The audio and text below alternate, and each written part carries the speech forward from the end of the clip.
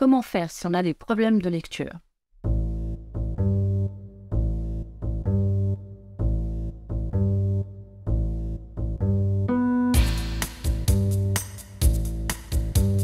Ne pas savoir lire est une inaptitude qui a de graves conséquences. Celui qui ne sait pas lire ou qui a des difficultés à lire se retrouve défavorisé dans la plupart des situations de la vie. S'il est un enfant, il ne pourra pas lire les mêmes romans ou bandes dessinées que ses copains et pourra se sentir rejeté. Il aura tendance à s'introvertir. Il ne sera pas autonome pour faire ses devoirs. Il ne pourra pas lire des messages écrits et se sentira probablement un peu bête. En tant qu'adulte, il sera en situation de dépendance dans de nombreuses occasions. Pour lire des documents administratifs, pour faire ses courses, pour faire fonctionner un appareil, pour trouver du travail. Autant dire, ne pas savoir lire est presque inconcevable aujourd'hui. Or, 7% de la population adulte âgée de 18 à 65 ans ayant été scolarisée en France est en situation d'illettrisme, soit 2 500 000 personnes en métropole, d'après l'Agence nationale de lutte contre l'illettrisme. Peut-on aider de telles personnes, enfants ou adultes, à apprendre à lire?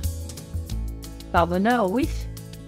Grâce aux méthodes éducatives que nous utilisons, regroupées sous le nom de la technologie de l'étude de Ron Hubbard, nous avons pu aider de nombreux enfants et adultes à lire le français.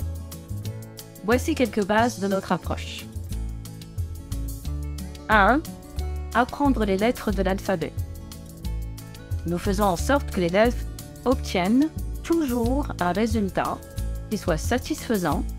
Il vaut mieux savoir lire parfaitement 5 lettres que imparfaitement les 26.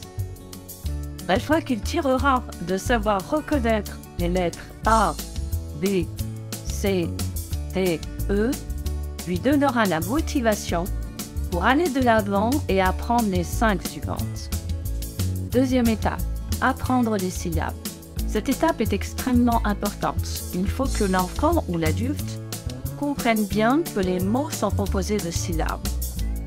Elles doivent être parfaitement prononcées. Par conséquent, s'il arrive à lire les syllabes, il peut lire les mots. Pour cette étape, je vais vous faire une petite démonstration. La lettre S, c'est son nom. Elle s'appelle S. Pour la lire, il faut la prononcer S. Avec la lettre A, ça fait ça. Avec la lettre E, se.